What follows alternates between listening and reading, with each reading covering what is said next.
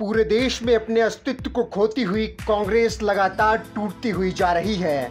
हाल फिलहाल में कांग्रेस के कई नेता पार्टी का दामन छोड़ अपने राजनीतिक भविष्य की तलाश करने में जुट गए हैं। इसी कड़ी में कांग्रेस के वरिष्ठ नेता अभिजीत मुखर्जी ने भी सोमवार को पार्टी का दामन छोड़ दिया और तृणमूल कांग्रेस में शामिल हो गए।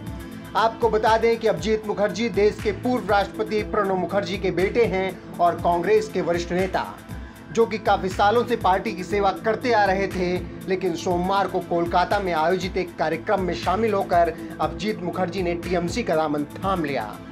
अभिजीत मुखर्जी ने टीएमसी नेता पार्था चटर्जी की मौजूदगी में पार्टी ज्वाइन की, जिसके बाद चटर्जी ने कहा कि अभिजीत टीएमसी में शामिल होने की इच्छा पहले जता चुके थे, जिसके बाद उन्होंने यह विचार अभिषेक बनर्जी से साझा किया और आज अभिजीत हमारे साथ हैं। अभिजीत मुखर्जी के पार्टी में शामिल होने के बाद टीएमसी ने कहा कि हमें उम्मीद है कि अपने पारिवारिक विरासत को लेकर आगे आ रहे अभिजीत देश में बीजेपी मुक्त वातावरण बनाने में हमारी मदद करेंगे।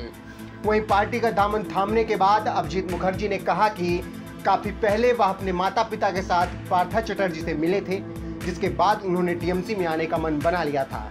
इस मौके पर अभिजीत ने मुख्यमंत्री ममता बनर्जी और अभिषेक बनर्जी को धन्यवाद कहा।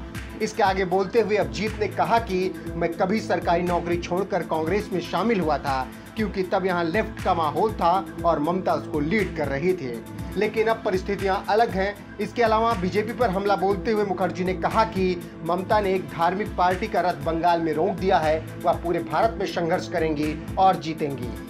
वहीं दूसरी तरफ अभिजीत बनर्जी के पार्टी छोड़ने के बाद कांग्रेस की नेता और उनकी बहन शर्मिष्ठा मुखर्जी ने ट्वीट करते हुए लिखा कि सैड, यह काफी दुखद है। आपको बता दें कि पिछले कुछ दिनों से अभिजीत और शर्मिष्ठा के बीच पिता प्रणब मुखर्जी को लेकर कुछ विवाद चल रहा था।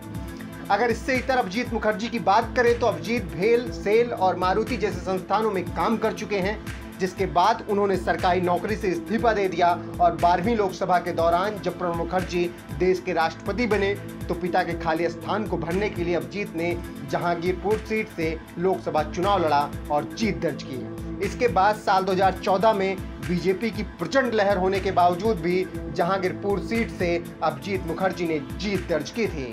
ब्यूरो रिपोर्ट, नमन सत्य न्यूज।